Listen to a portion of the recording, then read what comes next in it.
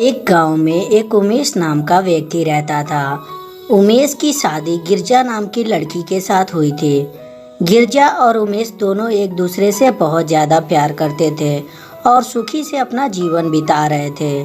एक दिन गिरजा उमेश से बोलती है, पाजी सुनते हैं, आज शाम को मेरी बहन आ रही है, तो शाम को घर जरा जल्दी आ जाइएगा।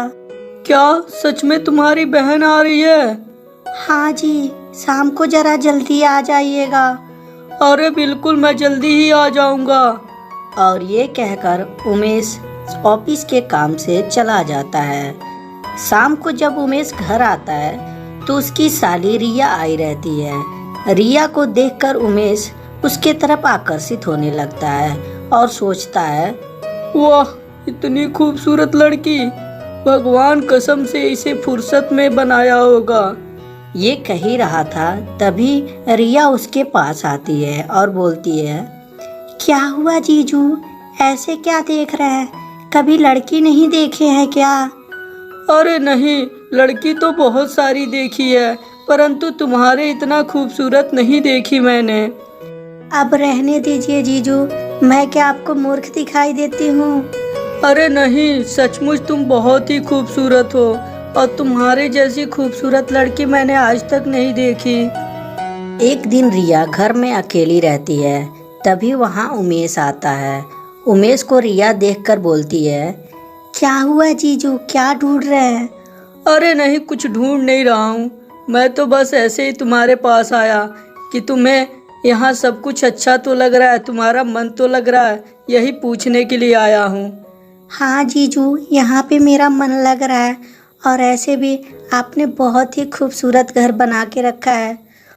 धीरे धीरे उमेश भी रिया की तरफ आकर्षित होने लगता है और रिया से उमेश बोलता है, रिया, तुम्हें यहाँ पे आए हुए बहुत दिन हो गए, लेकिन तुम कहीं घूमने नहीं गई, क्या तुम मेरे साथ कहीं घूमने चलोगी? हाँ जीजू, एकदम सही बोल रहे हैं, मुझे भी अब घर में रह रह के थोड़ा बोरिंग लग रहा है, तो कहीं घुमाने ले चलिए। हाँ रिया, मैं एक पार्क जानता हूँ, बहुत ही अच्छा पार्क है, तुम कहो तो मैं तुम्हें वहाँ घुमाने ले जा सकता हूँ। तो जीजू, इसमें सोचने की क्या बात है, ले चलिए जहाँ घुमाने ले चलना है। और इस तरह रिया को उमेश लेकर पार्क चला जाता है। पार्क में जाने के बाद उमेश रिया से बोलता है, कैसा लगा तुम्हें ये पार्क? बहुत ही सुंदर है जीजू। अच्छा रिया, मुझे तुमसे एक बात कहना था, परंतु समझ में नहीं आ रहा कैसे कहूँ। जीजू, मन में कोई बात दबा के नहीं रखते, जो भी जुबान पे है वो बोल दीजिए। अरे नहीं, ऐसी कोई बात नहीं है रिया, असल में बात ही ऐसी है कि मैं थोड़ा सा घबराया हुआ हूँ, समझ में नहीं आ रहा कि तुमसे कैसे कहूँ। देखिए जीजू, प्लीज बोलिए ना, क्या बात है? देखो रिया, प्लीज बुरा मत मानना, लेकिन मैं तुमसे बहुत प्यार करता हूँ और तुमसे शादी करना चाहता हूँ। रिया जब इस बात को सुनती है तो बोलती है, जीजू ये कैसे हो सकता है, आप तो शादीशुदा हैं और उसमें भी मेरे बहन के हस्बैंड है, तो मैं आपसे शादी कैसे कर सकती हूँ? और ऐसे भी दीदी जान जाएगी तो मुझे जान से मार देगी, क्योंकि दीदी को कभी ये बर्दाश्त नहीं होगा कि उसकी बहन ही उसका घर तोड़े। रिया, बस तुम इतना बताओ कि तुम मुझसे प्यार करती हो या नहीं करती हो, बाकी जमाना क्या कहेगा, घर वाले क्या कहेंगे, उससे मेरे को कुछ लेना देना नहीं है। मुझे बस तुमसे ये जानना है कि क्या तुम प्यार करती हो या नहीं करती हो। तभी रिया जवाब देती है, जीजू प्यार तो मैं भी आपसे करती हूँ और बहुत ज़्यादा प्यार करती हूँ। मैं तो आपको पहली बार देखकर ही ये सोचने लगी थी कि काश आप मेरे हस्बैंड रहते हैं, परंतु जीजू आप कुछ नहीं हो सकता है। क्यों नहीं हो सकता? जरूर हो सकता है। अरे तुम मुझसे प्यार करती हो तो तुम मुझसे शादी कर सकती हो, इसमें भला जमाने का क्या लेना देना है? और ऐसे भी तुम्हारी दीदी के साथ मैं खुश नहीं हूँ, मैं तुमसे प्यार करता हूँ। तुम्हें अगर जो मैं पहले देखा होता तो तुम ही से शादी करता, तुम्हारी दीदी से नहीं करता। परंतु जीजू, क्या दीदी इस बात को मानेगी? क्या हम दोनों को शादी करने देगी? हम दोनों को रोकेगी नहीं? तुम उसका चिंता क्यों करती हो? मैं तुम्हारी दीदी से बात करूंगा वो जरूर हम दोनों को प्यार को मान जाएगी। और इस तरह रिया और उमेश दोनों एक दूसरे के प्यार में खो जाते हैं। रिया और उमेश रोजाना एक दूसरे से मिलते और बातें करते। कुछ दिन यूं ही गुजरता जाता है। एक दिन रिया उमेश से बोलती है, क्या हुआ जीजू, आपने दीदी से बात नहीं की अभी तक? अरे वो थोड़ा सा मुझे समझ में नहीं आ रहा था कि कैसे बात करूं, लेकिन तुम चिंता मत करो, मैं बहुत ही जल्दी तुम्हारे दीदी से बात कर लूँगा।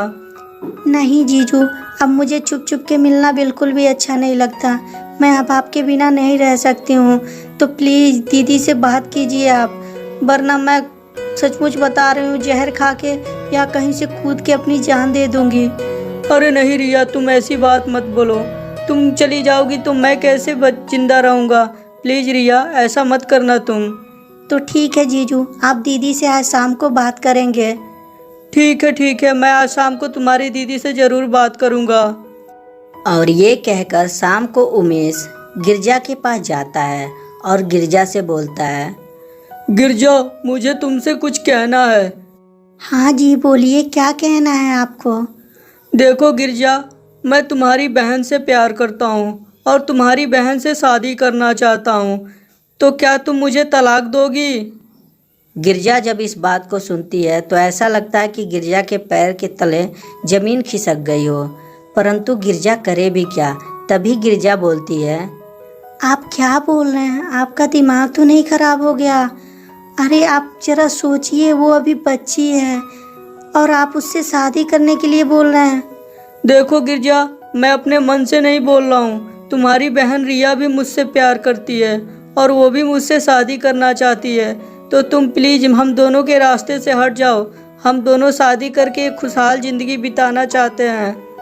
गिरजा को अब कुछ भी समझ में नहीं आता कि वो क्या करे। तभी गिरजा रिया से बोलती है, रिया, मैं ये सब क्या सुन रही हूँ? क्या तुम अपने जीजा से प्यार करती हो और अपने जीजा से शादी करना चाहती हो?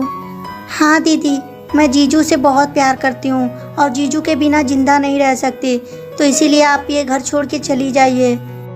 रिया, तुम क्या कर रही हो? तुम्हें समझ में भी आ रहा है?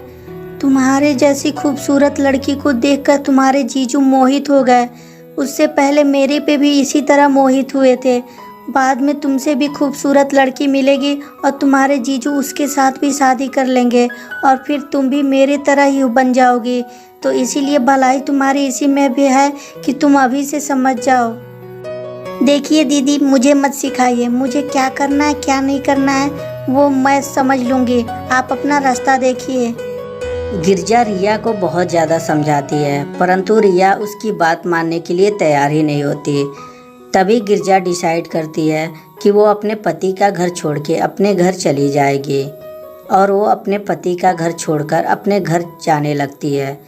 तो दोस्तों, कैसी लगी ये स्टोरी हमें कमेंट करके ज़रूर बताएं। अगर जो स्टोरी अच्छी लगी हो तो कृपया लाइक कर दें और हमारे चैनल को सब्सक्राइब करते समय घंटी भी ज़रूर दबा दें। धन्यवाद दोस्तों।